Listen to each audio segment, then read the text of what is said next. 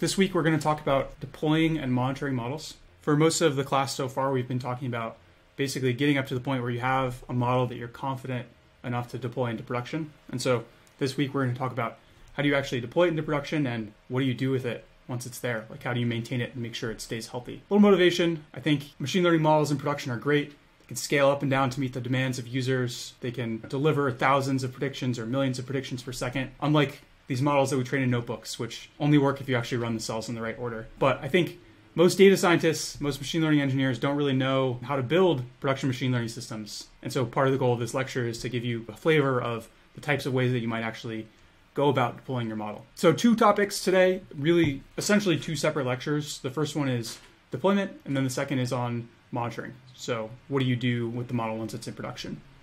But first we'll talk about deployment. One way to conceptualize different sort of approaches to deploying your machine learning model is to think about where in the overall architecture of your application the machine learning model should be deployed. This is a cartoon of what your web application might look like. There might be some client that the user has and that is running locally for them. It could be a web browser, it could be some other device, and it connects to a server where your code is running. And then that server interacts with the database in order to pull some data out and render it in a certain way and show it to the user. And the first kind of paradigm for deploying a machine learning model that you might think of is, why don't we just run the model offline, dump the results in a database, and then run the rest of our web application normally? And this is called batch prediction. So the way that this works is you'll periodically run your model on new data that's coming in, cache the results in a database.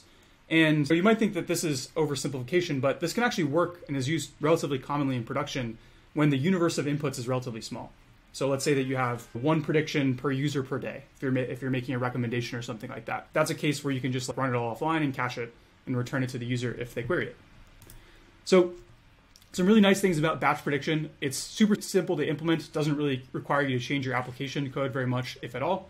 And it's relatively low latency to the user because even if your model is slow, the predictions are cached. And so it's as fast as a database lookup. But batch prediction is pretty limiting. So it doesn't scale to more complex input types, right? If you can't just pre-compute all of the possible outputs, and users are not getting the most up-to-date predictions. So their predictions are always stale by the amount of time that it takes you to recache the outputs of the model.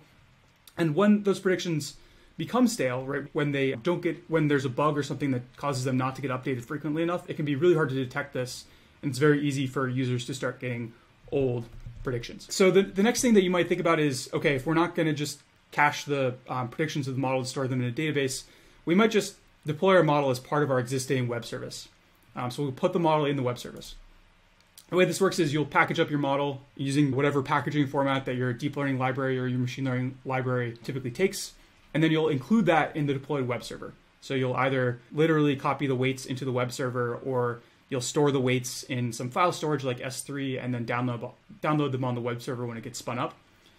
And then on that web server, it'll actually load that model and call the model to make predictions. This is a pretty simple thing to do. It's nice because it reuses your existing infrastructure, so you don't have to think about, okay, how do I spin up my own services for my model or anything like that. But there's some pretty heavy drawbacks to doing it this way, which is why it's not the most common pattern for most machine learning systems. The first is that oftentimes, like, the web server itself is written by maybe a different part of your team in a different language. So maybe you built your model in Python, TensorFlow, let's say, and the web server might be built in like Node or something like that. And so then there's a translation step that's needed. In a lot of machine learning applications, the server code and the model code, or the model itself, don't really change at the same rate. So maybe, for example, let's say you don't really update your web server all that often, but maybe you need to retrain your model every hour or every day or something like that. That would actually require you to redeploy your entire web server using this model. If you have big models, this can really start to eat into the resources that you allocate to your web server. Machine learning models are often very expensive to run. And in many cases, the hardware that we choose for our web servers is not optimized for your model. So most concrete example is if you want to run your model on GPUs, you're probably not already using GPUs on your web server. And but I think the most fundamental limitation of this method is that when you put the model inside the web server, you have to scale the web server and the model the same way. So as your traffic scales up, your only option is to create new copies of the web server and new copies of the model in order to scale horizontally to meet that demand. But in reality, your web service and your model might have very different scaling properties.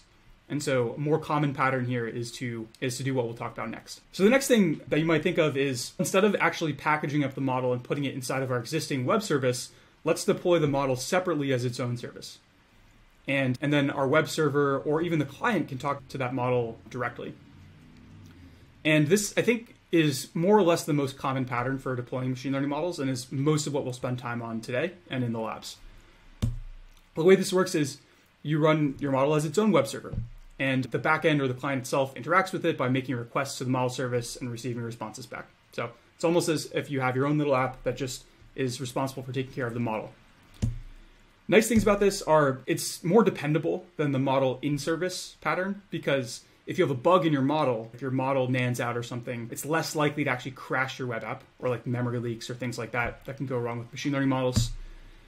It's easier to scale, or it's more scalable rather, because you can pick hardware and horizontal scaling, which we'll talk about in a little bit, that is tailored towards your model rather than tailored towards your entire web application. And it's more flexible in some sense, because if you have one model that's used in multiple different applications or multiple different parts of your application, they can all interact with the same service. You can update that service once, and all of the other parts of your app that are interacting with it will automatically have the latest version.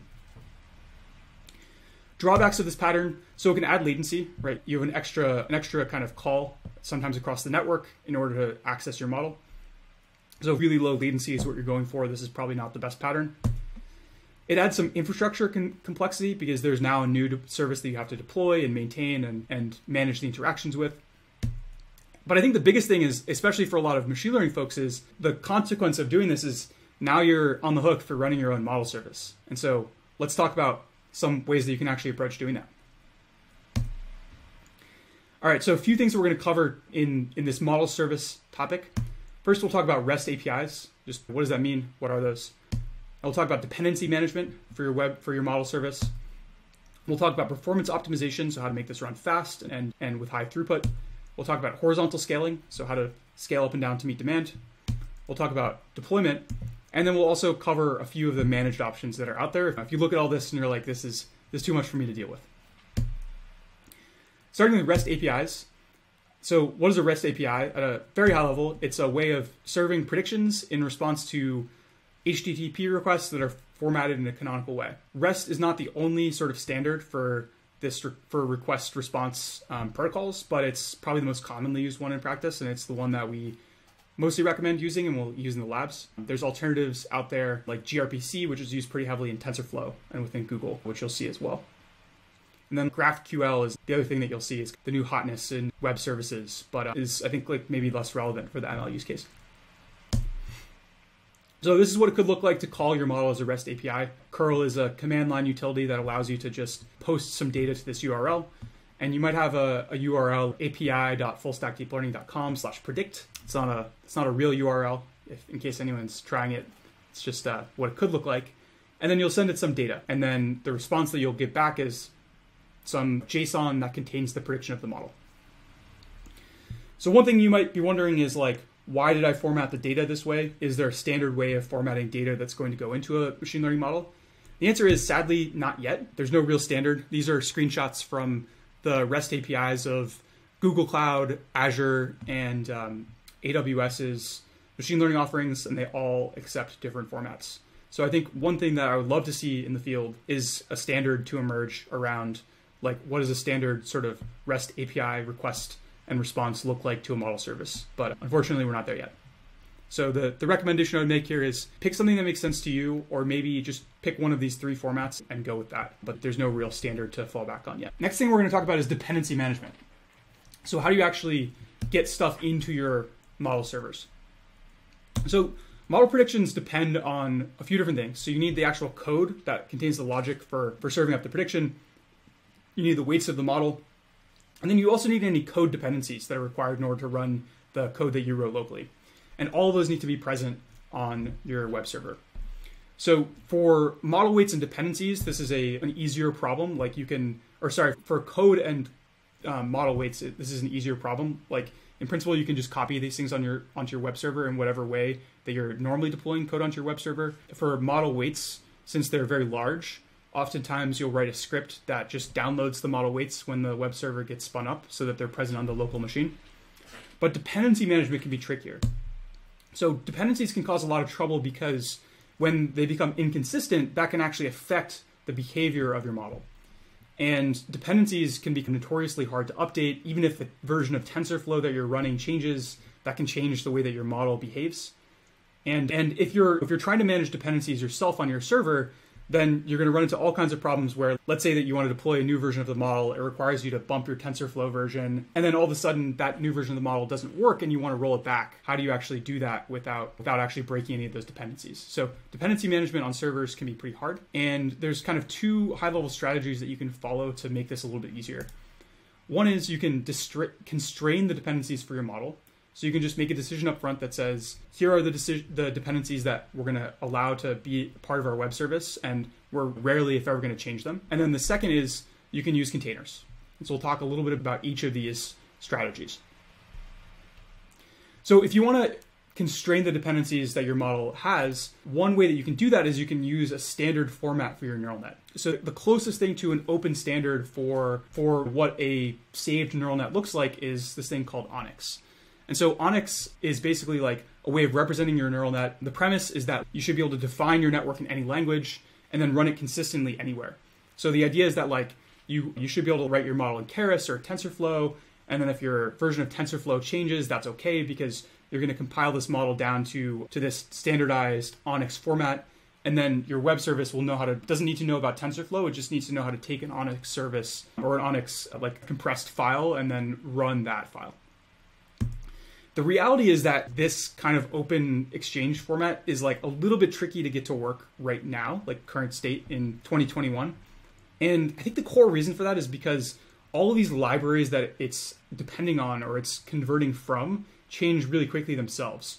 So there's often bugs in the translation layer. And then the other tricky thing here is that in a lot of cases, in your machine learning use case, you'll have some code that's important to defining the prediction that is not part of your actual neural net definition. So it's not part of your like PyTorch or TensorFlow code. So it could be like a feature transformation, for example. So that doesn't really get captured by something like Onyx. And so you still run into this dependency version issue, unless you use like kind of a very constrained subset of PyTorch or TensorFlow or whatever other machine learning library that you're using. So a more kind of robust way of dealing with the dependency issue is to use a container service like Docker. And so we'll give like a very high level overview of what Docker is and why it's useful. So the things we'll cover how does Docker differ from a typical like virtual machine that you might have seen in some intro CS class. And then we'll talk about Docker files and layer-based images, which are the nice syntax that Docker has for defining these lightweight virtual machines. We'll talk about the ecosystem and Docker Hub, and then we'll touch quickly on container orchestration and what that means. This chart shows the difference in architecture between a typical virtual machine and a container like a Docker container. And so the core difference is that the Docker containers themselves don't contain a copy of the operating system. Instead, the copy of the operating system is contained within the Docker engine itself. And so that means that these containers are much more lightweight. Like they're just like smaller, easier to pass around, easy to spin up, etc. And so because of that, the kind of standard pattern for using Docker containers is that when companies start adopting Docker containers, they tend to just wrap like everything in a Docker container. You might have a separate container for every single discrete task that you're working on as part of your code base. So if you have a machine learning model that's going to become a model service, that might have its own Docker container. And then if you have a database, that might be in its own Docker container. If you have a web app, that might be in its own Docker container. And so the pattern is to give like every component of your product its own Docker container and then have those Docker containers talk to one another. And so again, like Docker being lightweight is what facilitates that being possible. So in an example web app, there might be 4 containers, the web server, the database. You might also have a separate container for a job queue where you're going to enqueue all of the like tasks that need to happen, and then a separate container for the worker that executes those tasks. So that's like conceptually what a Docker container is. It's a very lightweight virtual machine. And in practice, the way it's used is that you'll have Docker containers that you spin up for every component of your infrastructure in many cases. And those things will all be running on your infrastructure, talking to each other. They'll each kind of manage their own dependencies. And so if one part of your app has one version of TensorFlow and another part of your app has another version of TensorFlow, then that's totally okay, because the code that's contained in the containers doesn't need to know about each other. It just needs to know about its own dependencies and then the protocol that it uses for talking to the other containers. So how do you actually define what goes in one of these containers? Like, how do you actually do dependency management in a container? So in Docker, there's a thing called a Docker file. And a Docker file is basically like Docker's specific format for how you define these containers. A Docker file looks something like this. So in this one, you're building on top of an official Python runtime. So this first line is from Python 2.7-slim. You're setting a working directory. You're pip installing some stuff. You're exposing a port. You're setting some environment variables, and then you're running a command inside of that container environment. That's what this Docker file says at a very high level. And so the way that you might use this is you might interact with a thing called a Docker registry. So what a Docker registry is kind of like the equivalent of GitHub for Git. So instead of storing all of your containers locally, you might store those images inside of your Docker registry, and then like when you want to actually use them, you can just pull them down and then run them. And so when you pull them down and run them, you're guaranteed to have this like reproducible environment that has all the same dependencies that you left it with, and no changes that you made in other parts of your environment can break it. The other thing that people like a lot about Docker is that there's a really strong ecosystem associated with it. It's relatively easy to find images for kind of more or less different, like whatever different tasks that you want to work with. So there's like pre-built images specifically for data science or for machine learning, for TensorFlow, for PyTorch. And then since you have this system of Docker files that allows you to extend existing images, to import from existing images and add additional dependencies and stuff to them, it's pretty easy to extend those things. So if you find like a base TensorFlow image and you want to add some other Python package, you can just import from that base TensorFlow image and install that Python package and then save it back to the Docker Hub. And it's pretty easy to do this with private images as well. This is just a chart of the number of pulls of Docker images over time. And so Docker, for the past few years, has been on this exponential growth path of adoption in the machine learning, or in the software world more generally. And it's become a pretty ubiquitous tool. Next thing I want to talk about is container orchestration. So what is container orchestration? Again, if our like web application is built of all these different containers, each of which has its own dependencies and its own like application logic, and then we said they're all going to talk to each other to make up our application, then what container orchestration is, it's basically like the logic that tells you how to take these containers and distribute them onto your actual machines or virtual machines, and then have them all talk to each other and coordinate to solve the tasks that they're aiming to solve together. The kind of like emerging standard here, or maybe at this point it's like fair to call it the standard, is called Kubernetes. And so this is the like most popular container orchestration tool, but there's also offerings from the cloud providers, and then there's an easier to use container orchestration tool from Docker itself called Docker Compose, which is a good thing to get started with if you're just learning about this stuff. But Kubernetes will come up again later in the lecture because it's been adopted pretty fervently by some corners of the machine learning ecosystem. So a lot of the tools that we'll talk about are built on top of this container orchestration framework called Kubernetes. So we talked about dependency management and REST APIs. Next thing we're going to talk about is once you have your model service, let's say running in a Docker container as a web server, how are you actually going to make this thing run faster? The first thing that we'll talk about is like how to make it, or mostly what we'll talk about here is how to make it run faster on even just a single machine. So there's some kind of core questions to ask here, or like some core techniques that you can follow. One is, do you want to run inference on a GPU or not? So usually in deep learning, at least, we're training our models on GPUs, but that doesn't necessarily mean that we're going to do inference on GPUs. Then we'll talk about concurrency, how to run multiple copies of your model at the same time on the same host. We'll talk about model distillation, talk about quantization, caching, which is another performance technique, batching, sharing the GPU, and then we'll talk about some libraries that might be able to help you out with this. All right, so the first question is, you trained your model on GPU, does that mean that you should run inference on GPU? So there's some pros to running inference on GPU. One thing is, it's probably the same hardware you trained on. That can be nice because it can avoid trickiness of potentially translating your model to different hardware, which can arise sometimes. And then as your model gets really big, and if you're willing to tune the batch size that goes into the GPU, then usually this is like the way that you can get the highest possible throughput. And in some cases, the highest possible like throughput per dollar, but that's not always the case. Big cons of using GPU for inference is that it's more complex to set up, and in practice, it's often more expensive. I think using GPUs for inference is still not really the norm in the industry, I'd say. And in the labs, we're going to do inference on CPUs. Next thing we'll talk about is concurrency. So if you're not going to run your model on GPU, where you're taking advantage of like batching things up and making them parallel, then you still want to take advantage of the parallelism that's inherent on the machine that you're running your model on.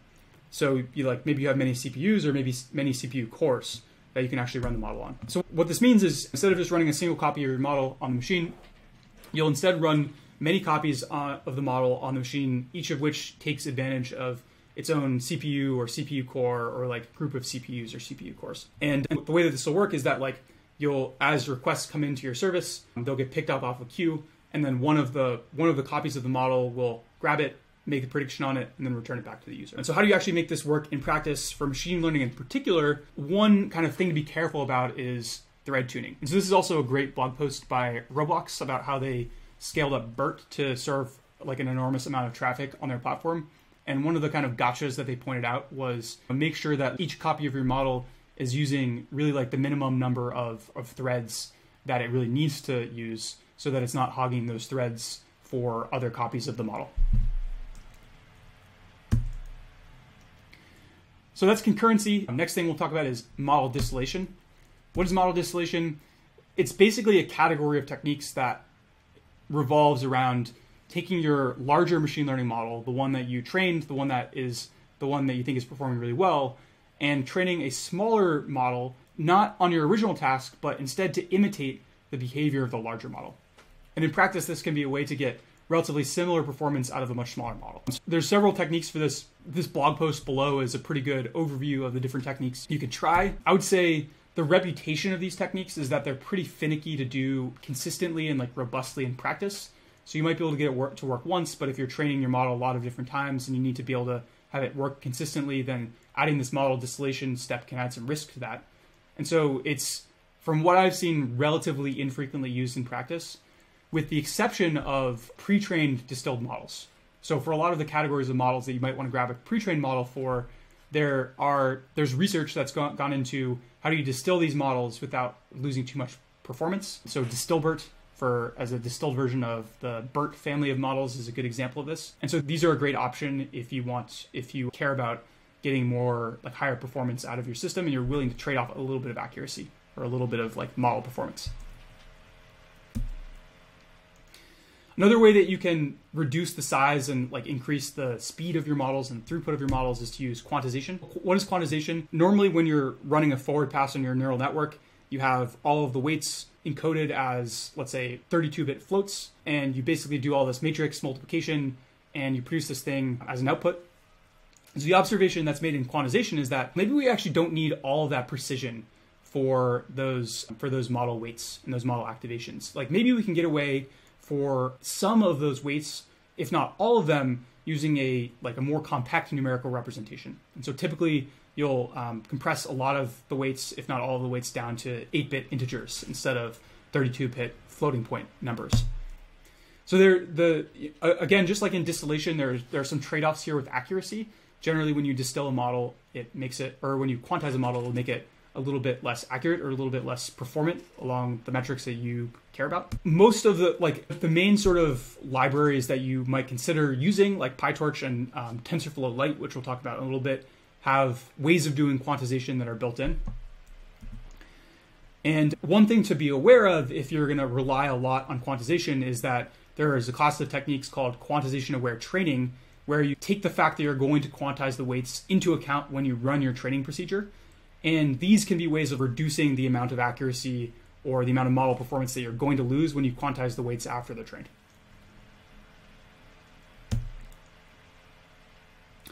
So that's quantization. The next performance optimization technique to be aware of is caching.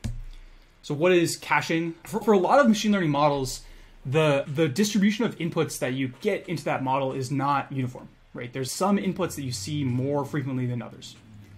And so caching takes advantage of this fact. And instead of always calling the model on every single input, no matter what, instead it'll cache the frequently used inputs to the model And before calling the model, it'll first check the cache. And so if it's one of the frequently used or maybe the recently used inputs to the model, then instead of actually needing to run your expensive neural net, you'll instead just pull the result from the cache, and it'll be faster for your users in those cases. How does this caching techniques can get like really fancy? So this is a rabbit hole that you can go down into at some point if you're ever interested. But there's a basic way to do this in Python using functools. And so there's some like built-in methods in the like Python functools library for caching that can allow you to build a cache. And that's one way you can do it, is just build a cache in memory using Python functools and just rely on that for your most frequently used predictions.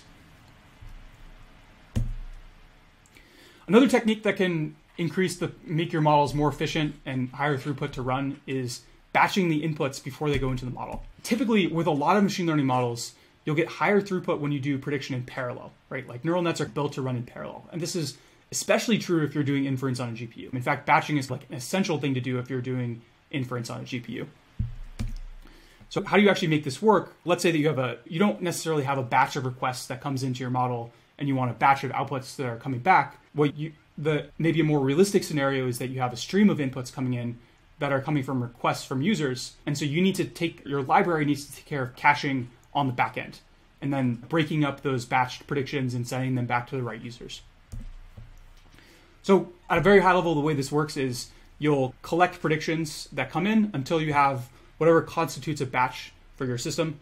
And then you'll run your model on that batch and return each of those predictions to the users that requested them. There's quite a bit of tuning that needs to happen in order to make this work well. So you need to tune the batch size itself to trade off between throughput and latency for the users, right? If your batch size is too large, then the first user that makes a request in the new batch will have to wait until enough other users have put in their requests before they actually get their prediction back. So it can introduce a lot of latency. And to get around this, a lot of times what you need to do is you'll need to have a shortcut where, in addition to like building up to a fixed size batch or like a desired batch size, if your latency gets too long, you'll just return the prediction. You'll run the prediction and return to the users anyway. So there's quite a bit of tuning that's required to make this work well. But if you're doing GPU inference, this is pretty essential to get like kind of the benefits of doing that. And yeah, the last caveat here is this is maybe, as it's clear from the description, this is pretty tricky to get right. And so you probably don't want to have to implement this yourself. And we'll talk in a second about libraries that implement batching and some of the other performance optimization techniques that you can use if you're hosting your model, especially on a GPU. Another category of performance optimizations that I think is interesting to consider, not really very widely used in practice yet, but hopefully will be widely used in practice soon, is sharing a single GPU between multiple models. So if you're tuning your batch size, and it turns out that like in order to get reasonable latency for your users, you need to use a batch size that doesn't use up the entire GPU, then one thing that you might wonder is, are we just going to underutilize the GPU, or is it possible to actually maybe share that GPU between multiple models? Or while you're waiting for requests to accumulate and you're not actually using the GPU to make a prediction, maybe that GPU can be used to run predictions on another model. How does this work? Yeah, this is something that unless you're like really focused on this as a project, this is probably not something that you'll implement on your own, but it's worth being aware of as a technique because it's something that some of the model serving libraries are starting to support out of the box. And I think will be like hopefully part of the next generation of model serving tools. So I've talked about out of the box model serving libraries a couple of times. There's canonical ones for both PyTorch and TensorFlow. There's TensorFlow serving and TorchServe. And so these both take care of a lot of the kind of more complex batching and things like that we talked about so far in this section. And they're open source. And so if you do want to do GPU inference with your models, if that's important for you to do, then would recommend like building off of one of these libraries rather than trying to implement it all yourself. A couple others to be aware of, Ray, which is a project out of Berkeley, actually has a new-ish model serving library, which seems pretty promising. And then NVIDIA has one as well that is like more tailored to NVIDIA GPUs, but has some of the kind of fancier primitives like GPU sharing that we talked about. So that's performance optimization if you're running like a single host to serve requests for your model. Next thing we'll talk about is what happens if you have too much traffic in order for like your single host to be able to return predictions fast enough. So the next thing that we'll talk about is horizontal scaling, which means if you have too much traffic for a single machine, let's make multiple copies of our model server, and let's split traffic among those multiple machines. How do we do this? At a very high level, you'll just duplicate your service, your prediction service, and then you'll use something like a load balancer to split traffic and send traffic to the appropriate copy of your service. In practice, there's, I would say, two commonly used methods for how to do this. One is, so you can do this like just in your AWS account or whatever with using primitives that your cloud provider provides. But in the machine learning world, it seems like it's more common to, if you're going to manage this yourself, to use a container orchestration toolkit like Kubernetes, which we talked about a little bit before, to do this. Or there's another option, which is instead of managing these servers yourself, to use a serverless option like AWS Lambda. So I'll talk a little bit about each of these. All right, so if you're going the container orchestration route, one way to think about this is that if you look at the third column here, this is what it might look like to deploy a single container. You somehow get your container onto your web app, or onto your hardware, and then that container takes care of fielding the requests and returning the responses to the user. What this looks like in a container orchestration paradigm is that you have your Docker containers work together and are coordinated by this tool called Kubernetes. And Kubernetes is going to take care of things like providing a single service for you to send requests to, and then dividing up traffic that gets sent to that service to the different actual like physical or like virtual copies of the container that are running on your infrastructure. You can build a system like this yourself on top of Kubernetes if you want to, and many companies do that. But there's also some frameworks that are emerging that kind of take care of handling a lot of this infrastructure out of the box if you already have a Kubernetes cluster running. So the two I would point to here are, there's one called KF Serving, which is part of the kubeflow package, which is a popular Kubernetes native machine learning like infrastructure in a box solution. And then the other kind of like commonly referred to one is called Seldon. And so if you find yourself in a position trying to implement a model serving stack on top of Kubernetes, then it's worth taking a look at these open source options. All right, the other approach that is relatively common to scaling your model service horizontally is like just not dealing with the scaling at all by using a serverless function.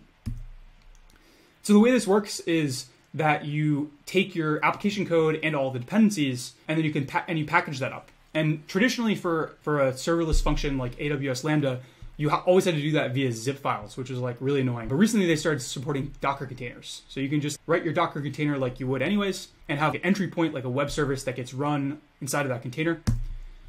And then a service provided by your cloud provider, so AWS Lambda or Google Cloud Functions or Azure Functions, manages everything else for you. So they take care of like actually running that container on some physical hardware somewhere, scaling it up and down to meet demand, load balancing, etc. And one of the really nice things about this is that you actually only pay for compute time.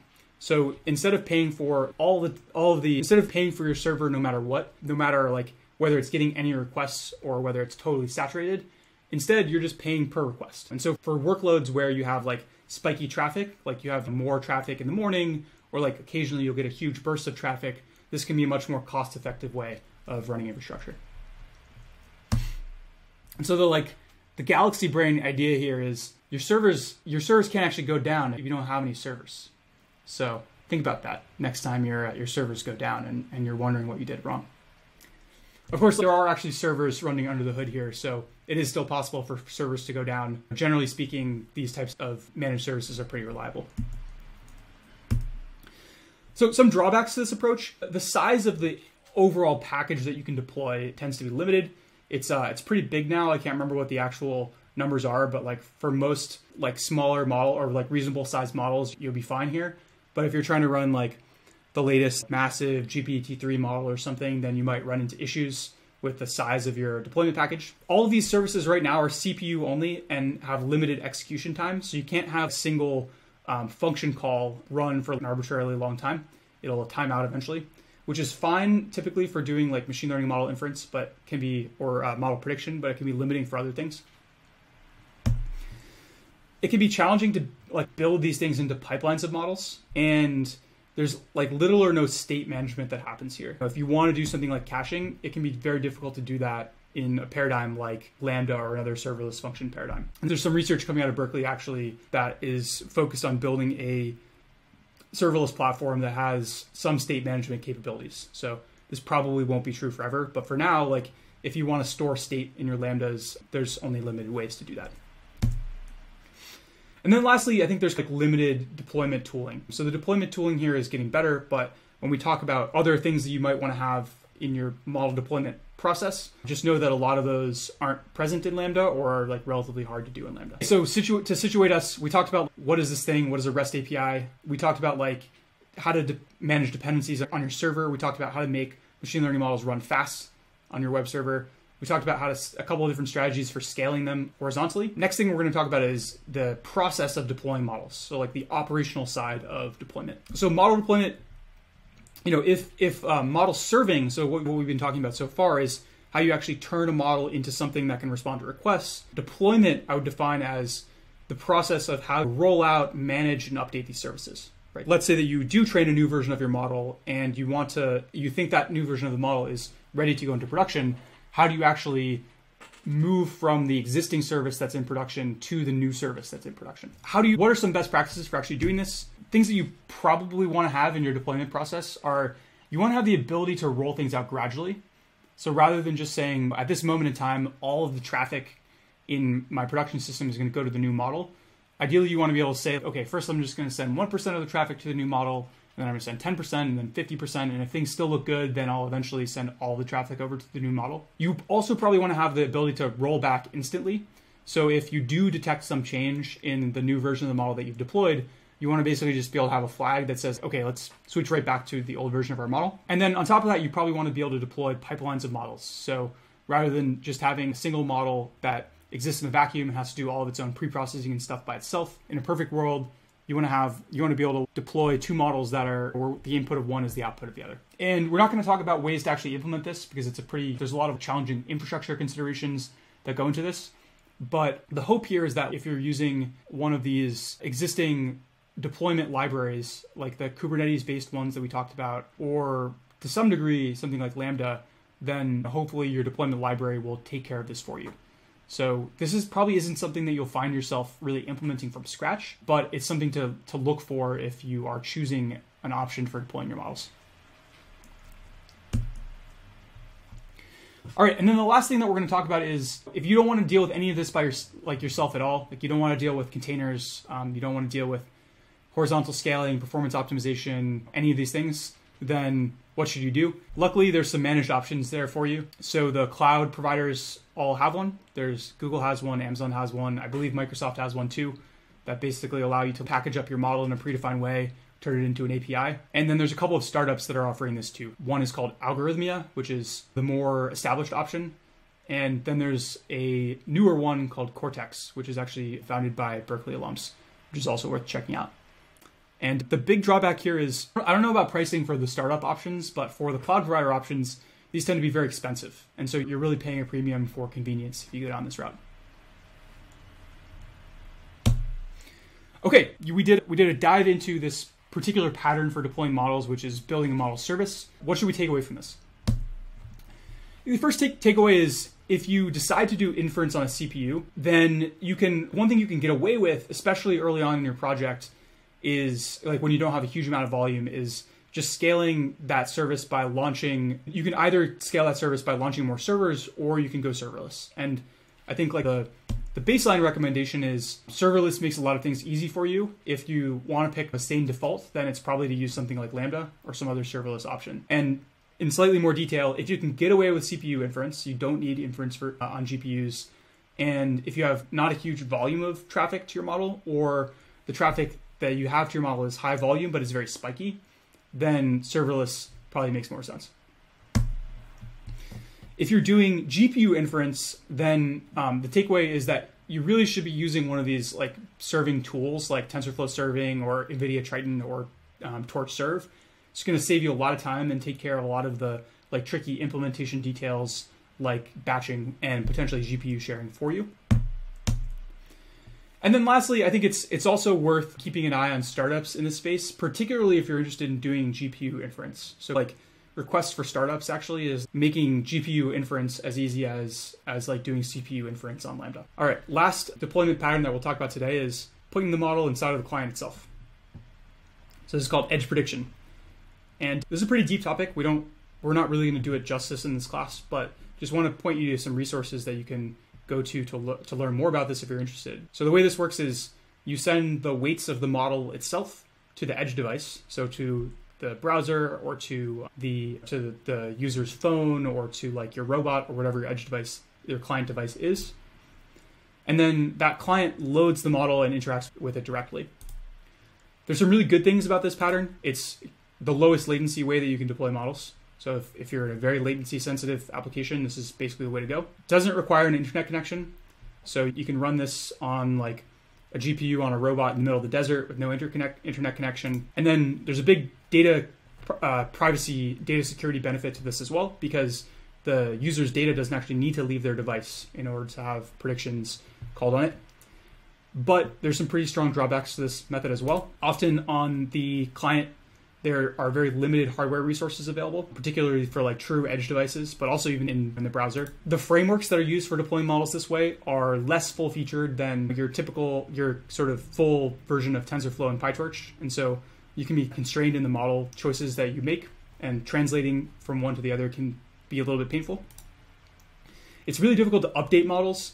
So if you ship some model weights over to a client device and you need to change them, then that can be a tricky thing to figure out how to do. And then it can be really hard to debug and tell when things go wrong, right? Because you're putting this model on someone else's device and you don't necessarily have the ability to get data back as to how well the model's doing.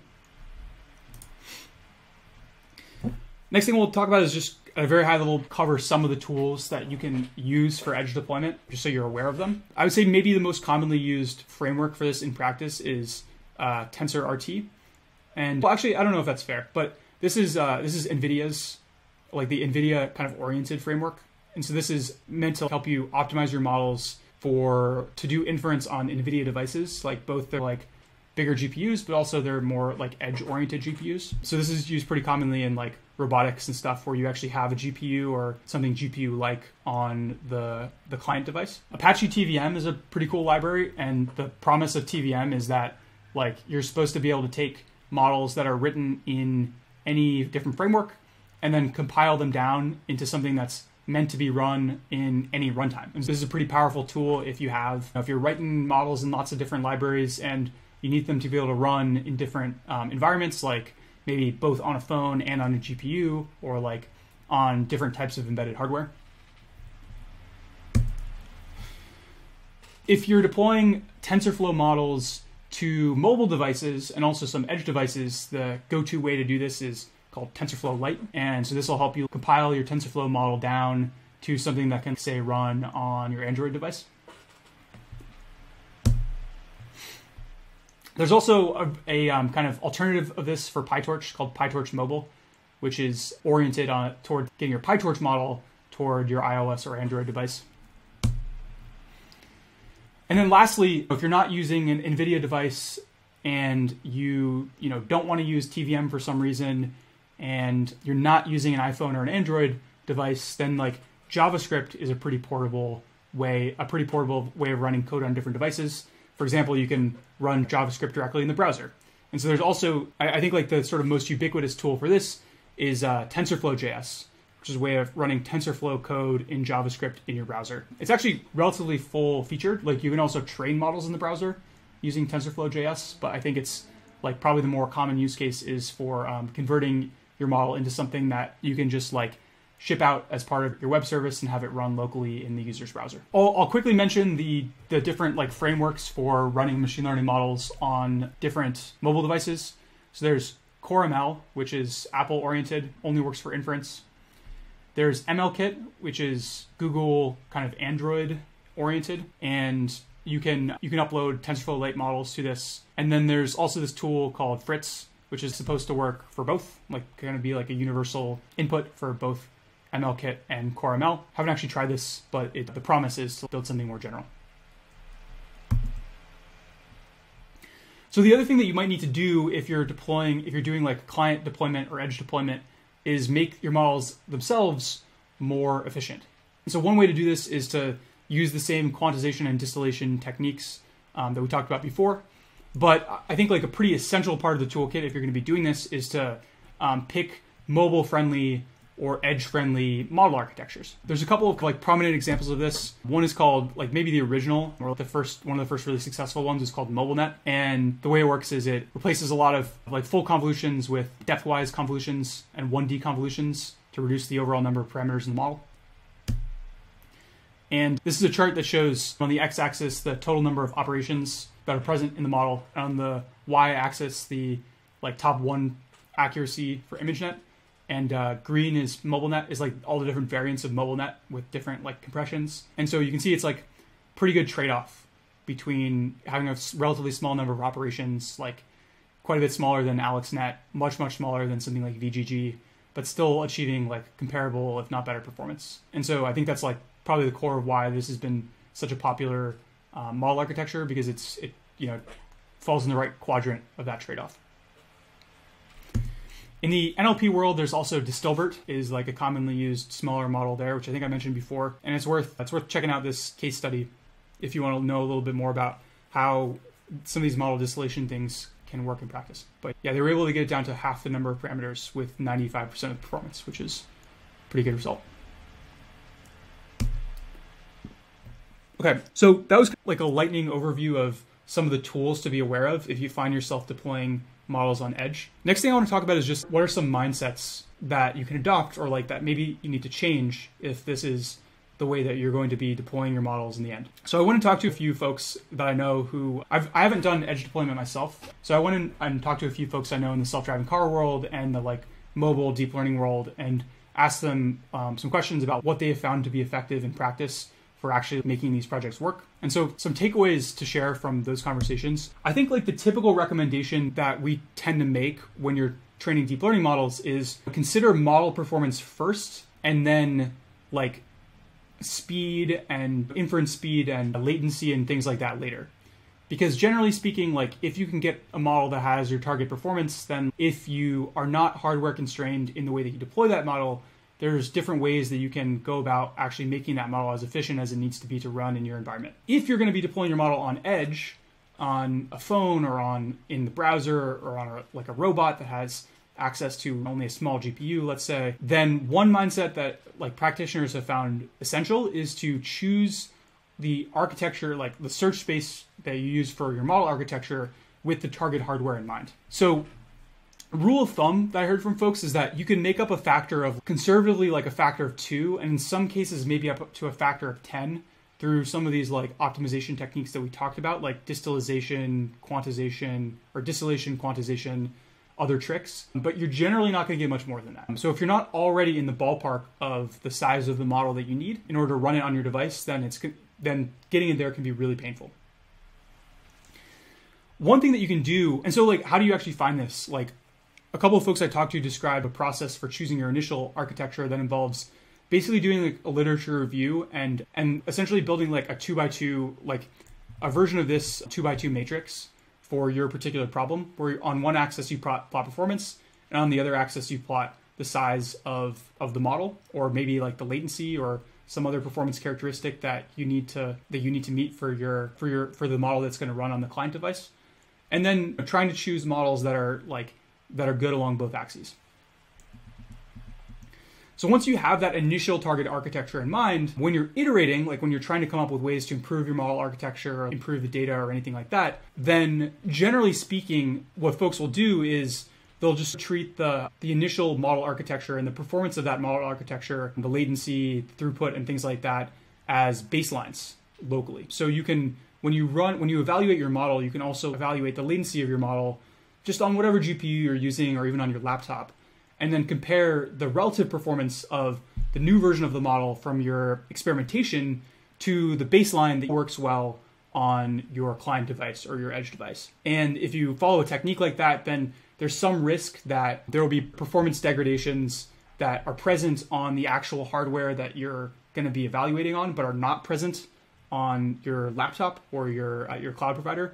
But generally, from what I've heard from folks, the risk of that is relatively small. A reasonable iteration pattern is like start with a model that I know works well, iterate on it, evaluate it locally, and make sure that my latency, throughput, and model size aren't too far off from that model that I know I can get to work on my edge device. Another kind of mindset that I think is pretty key if you're gonna make this work well is to treat tuning for that model, for that edge device as an additional risk in your deployment cycle and test accordingly. So once you're out of that experimentation mindset and you're moving into testing, it's really important to make sure that you are adequately testing your new model on all of the hardware that it might run on, or like as good a sample as you can get of the hardware it might run on, because there are bugs that can get introduced in the model compilation process that both affect like the sort of performance characteristics of the model, or like the system performance characteristics of the model, but also ones that affect like the accuracy of the model and the model performance characteristics. So it's important to rerun your tests after your model has been compiled down to whatever device or whatever form it's going to run on. Yeah, and like particularly important example of this is like always test your models on production hardware before you deploy them. And then the last piece of advice that I would share here, which is similar to a question that we had earlier, is since machine learning models in general can be finicky, it's a good idea to try to build fallback mechanisms into the application in case the model fails or it's running too slowly. So having some sort of like baseline thing that you know is going to work and produce like a somewhat reasonable prediction. Good practice in general for building machine learning systems, but can be particularly important for edge systems, right? Because if you, let's say you're building a robot or something, and all of a sudden you hit some weird bug and it's taking your model like 10 times longer to make a prediction, then that could crash the car, which would be really bad. But if you have a fallback option which says like, oh, prompt the user to take over and keep the steering wheel straight and apply brakes. Hopefully that's not actually the fallback option that self-driving folks are using, something along those lines, then that can greatly reduce the risk of like things going wrong with your machine learning model on the edge device. All right, so to wrap up this kind of last deployment paradigm that we're going to talk about, I would say my overall recommendation here is web deployment is just easier. So I would really only think about edge deployment if you're sure you really need to at this point. Second recommendation is, in terms of thinking about the tooling landscape, there's a lot of stuff out there, but I think like the high-level framework for a high-level decision framework for choosing which software framework to use could be just try to match the like hardware that you're going to be deploying on and the corresponding mobile framework. So if you're going to be deploying on NVIDIA devices, TensorRT can work well. If you're going to be deploying on Apple, use something that's compatible with Core ML. And one thing you could try is, instead of following that advice, just use Apache TVM. And I think still early, like relatively early days for that project. It's a pretty mature project, but not like super ubiquitous yet in production from what I can tell. But sometimes there's a performance trade-off where it's not quite as fast as using the library that's optimized for whatever specific hardware you are really targeting. But it just generally does a pretty good job. And especially if you're targeting multiple different types of hardware, this can potentially make your life a lot easier. And then lastly, the last piece of advice is, unlike when you're doing like web deployment targeted machine learning, you should probably think really seriously about your hardware constraints at the beginning of your project and constrain the space of model iteration that you do accordingly, so that you're never veering too far away from architectures that you can get to run on your client device.